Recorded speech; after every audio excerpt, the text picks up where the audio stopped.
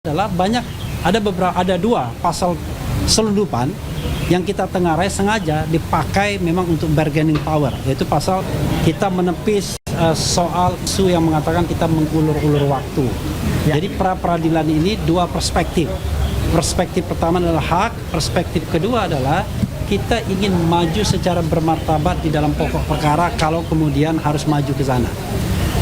Kenapa begitu? Karena kita mengatakan tadi, kalau memang kita didakwa dengan let's say pencemaran nama baik, maka akan kita buktikan bahwa itu adalah untuk the public interest, ya, for the public interest. Tetapi yang jadi masalah adalah ada dua pasal selundupan yang kita tengarai sengaja dipakai memang untuk bargaining power, yaitu pasal 32 ayat 1 dan pasal 35 Undang-Undang ITE, Undang-Undang 11 2008, dan itu adalah sengaja karena ancaman hukumannya di atas 5 tahun, yaitu 8 dan 12 tahun penjara, dan inilah dalam tanda kutip yang menghantui tersangka bahwa setiap saat bisa ditahan. Itu beda dengan klaster pertama yang tidak ada satu pasal pun yang ancaman hukumannya lebih dari 5 tahun, sehingga tidak ada ancaman untuk ditahan. Jadi kita ingin rontokkan pasal tersebut sebagai pasal yang mengada-ada, yang barangkali tidak hanya mengada-ada tapi juga error in objecto misalnya. Jadi objeknya itu error. Begitu tambahannya sedikit, silakan Bang Ga ya. Sekalian mau nanya juga ya. FIFA sebentar lagi mengikuti sidang lagi tanggal 6 Agustus. Ya. Mungkin mewakili kuasa hukum bisa menjelaskan kira-kira bagaimana persiapan dan ini. Nanti saya akan jawab terakhir ya. Ya. Bang Abdul Ghafur dulu, silakan. Okay. Makasih Bang RH, Mas Roy, bahwa pra peradilan ini kami ingin tegaskan bahwa kami tidak melawan institusi. Ya. Tapi yang kami lawan adalah penggunaan kewenangan yang melanggar hukum. Dan pada permohonan pra peradilan yang pertama, penangkapan, penahanan, dan penggeledahan itu dinyatakan tidak sah karena kewenangan yang diberikan oleh KUHAP, diberikan oleh Undang-Undang Kepolisian kepada penyidik Polda Metro Jaya untuk melakukan upaya paksa ternyata dilakukan melampaui batas yang ditentukan oleh undang-undang, sehingga hakim pra peradilan yang kemudian juga memeriksa pokok perkara permohonan pra peradilan yang ketiga ini telah menyatakan tidak sah penangkapan, penahanan, dan penggeledahan tersebut.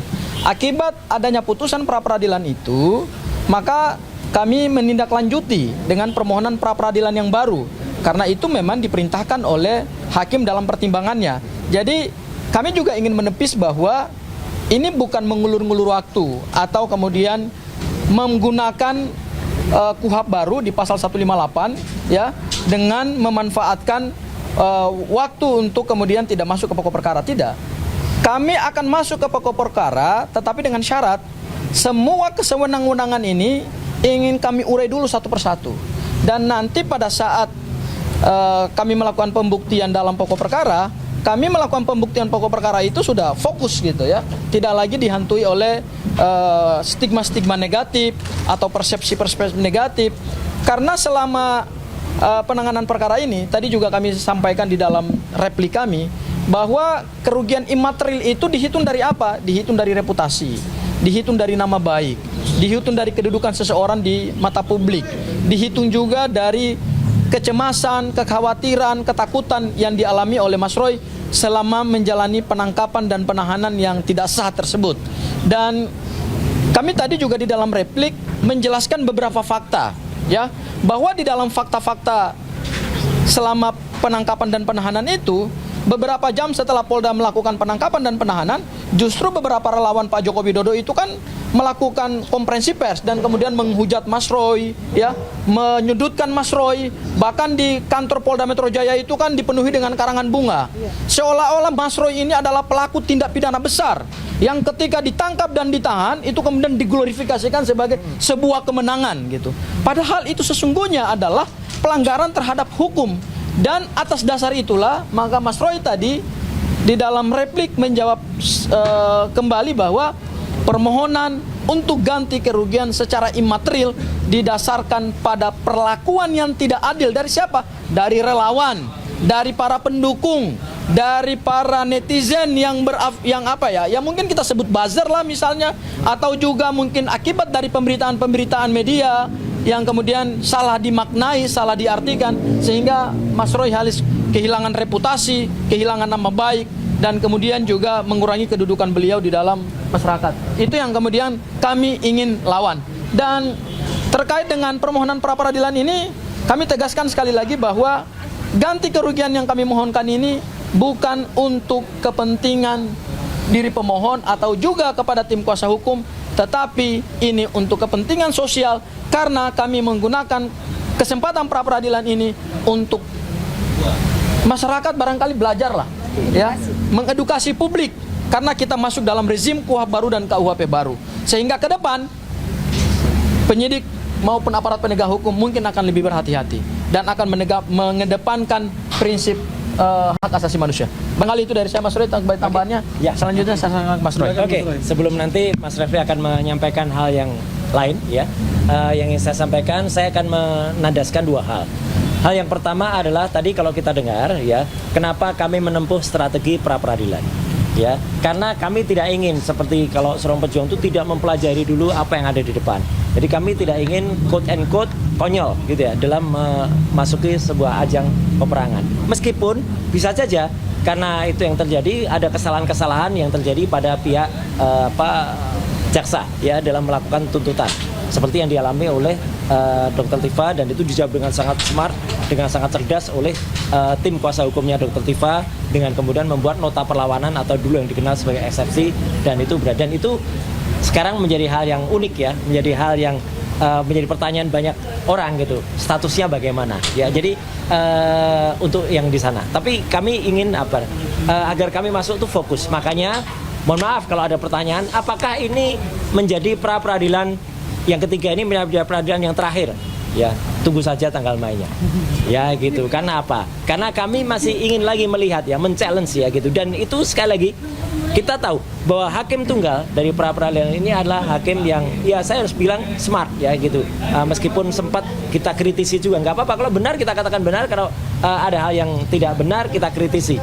Karena beliau itu kalau ada yang sesuatu yang misalnya nggak perlu, dia bilang udah itu nggak perlu dibacakan. Tapi ketika kami tadi menyampaikan bahkan kalimat yang kita gunakan tuh unek-unek ya.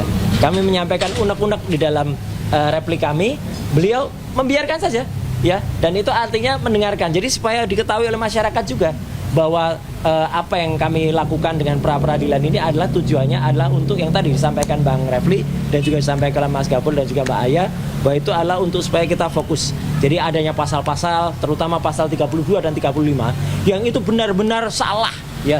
Itu pasal itu adalah untuk hacker, untuk tindakan hacking, dan terjadinya adalah computer crime, not computer related crime. Ini nggak ada hubungannya sama sekali ya. Yang dipermasalahkan juga masih ada tayangannya sampai dengan sekarang.